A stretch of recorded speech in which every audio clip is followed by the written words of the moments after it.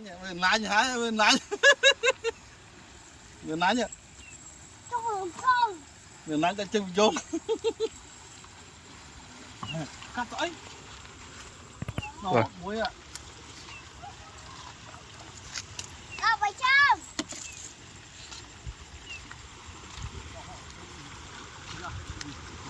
Ông cắt đâu bà Trâm.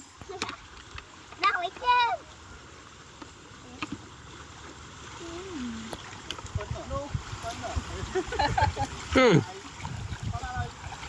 Tôm. Nó rau đuôi.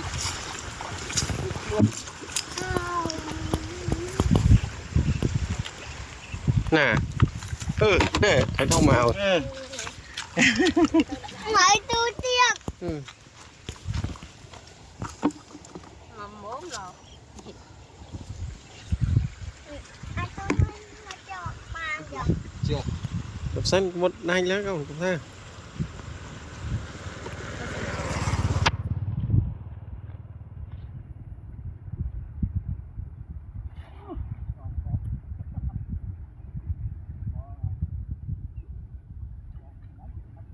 Cái vô thấy có mà tình anh có ban muối mà tình anh ban muối ban đấy.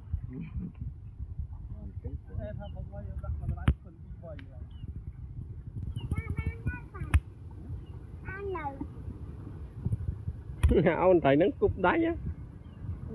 Để cái trục á.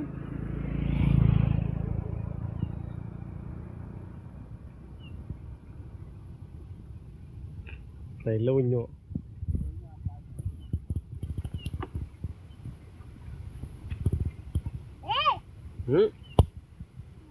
Rồi thấy vậy. Bốc phơ phơ mình. Mình thấy con dẫn vào đây.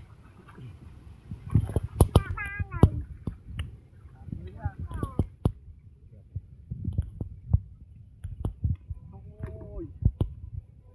Chấu tim.